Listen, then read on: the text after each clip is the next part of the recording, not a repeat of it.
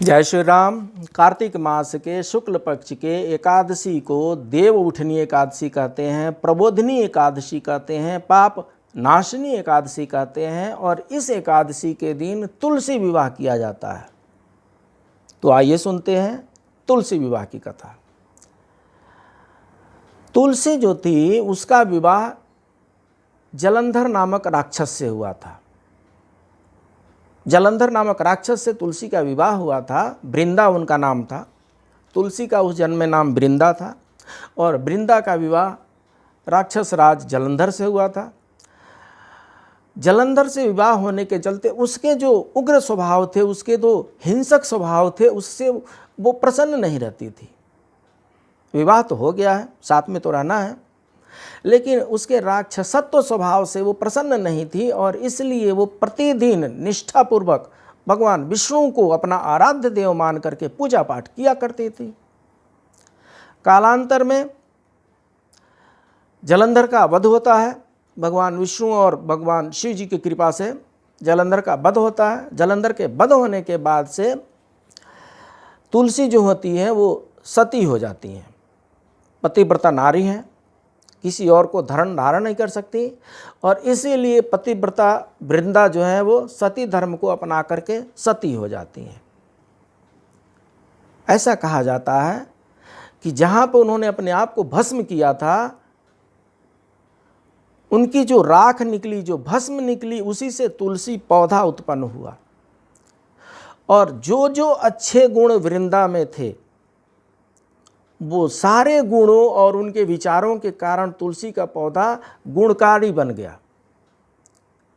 तुलसी के सद्गुणों के कारण भगवान विष्णु ने उनको अगले जन्म में अपनी अर्धांगिनी बनाया।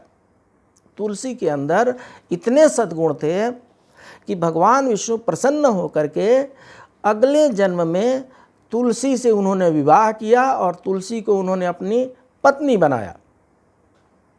और इसी कारण से कार्तिक मास के शुक्ल पक्ष के एकादशी के दिन तुलसी विवाह मनाया जाता है। इस प्रकार यह मान्यता है कि जो मनुष्य तुलसी विवाह करते हैं उन्हें मोक्ष की प्राप्ति होती है। जो मनुष्य तुलसी विवाह करते हैं उनमें पति पत्नी में प्रेम बढ़ जाता है। जो मनुष्य तुलसी विवाह करते हैं उनका शादी के भी जितने रोक लगे हुए हैं, शादी के भी जितने प्रकार की बाधाएं हैं, वो सारी बाधाएं दूर हो जाती हैं और उनकी शादी भी, विवाह भी हो जाता है।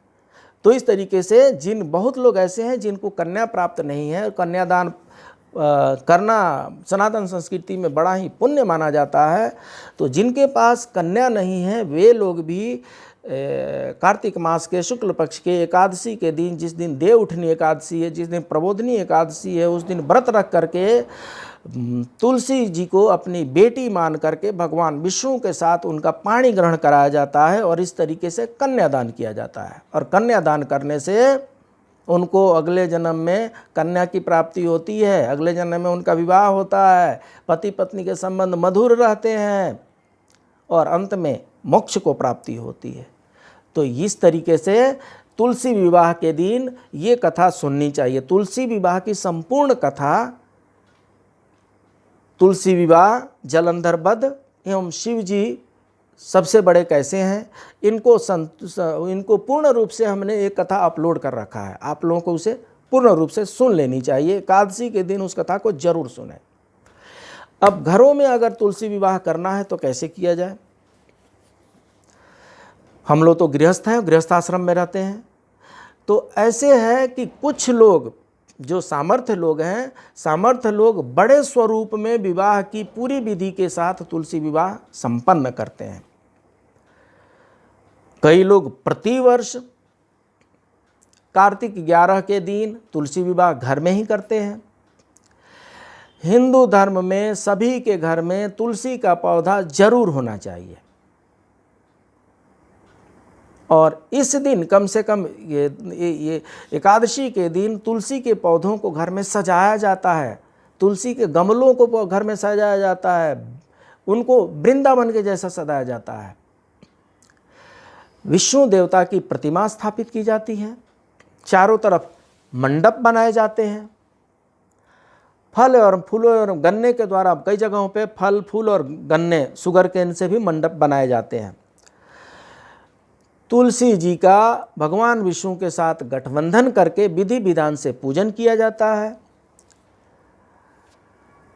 कई जगहों में तो ऐसा भी देखा गया है कि पंडित जी को बुला करके विधि विधान से तुलसी माता का भगवान विष्णु के साथ विवाह संपन्न किया जाता है। जो लोग ऐसा नहीं कर सकते हैं वे लोग संक्षिप्त रूप में माता तुलसी का भगवान विष्णु के साथ गठजोड़ करके ओम नमो भगवते वासुदेवाय, ओम नमो भगवते वासुदेवाय, ओम नमो भगवते वासुदेवाय, चाहे ओम नमो वासुदेवाय नमः, ओम नमो वासुदेवाय नमः, इस मंत्र का उच्चारण कर विवाह की विधि पूर्ण करनी चाहिए। विशेष प्रकार के पूरे पकवान बना करके उत्सव मनाना चाहिए और उत्तम प्रकार के नैवेद्य भोग में लगाना चाहिए। उसके बाद से आरती करना चाहिए। आरती करने के बाद से मंगल गान करना चाहिए। मंगल गान इसलिए करना चाहिए क्योंकि 4 महीना पहले जब देवशयनी एकादशी थी तो वहाँ से सारे मांगलिक अनुष्ठान, मांगलिक कार्य बंद हो चुके थे, सारे संस्कार हमारे बंद हो चुके थे और इस दिन से सारे मांगलिक कार्य शुभारंभ हो रहे हैं। इसलिए सबसे पहले तुलसी माता का विवाह किया जाता है और यहाँ से जितने भी मांगलिक कार्य हैं हिंदुओं के घर में प्रारंभ हो जाते हैं। इस दिन कन्यादान को सबसे बड़ा दान माना जाता है। कई लोग तुलसी माता को ही अपनी कन्या मान करके भगवान विष्णु को कन्यादान करते हैं।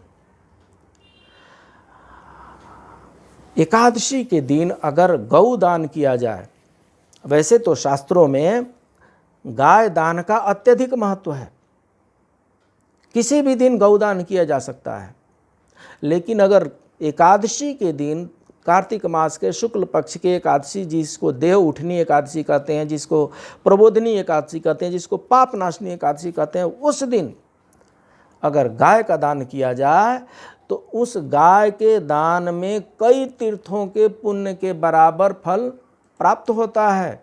इसलिए अगर सामर्थ्य हो तो एकादशी के दिन गौदान करें।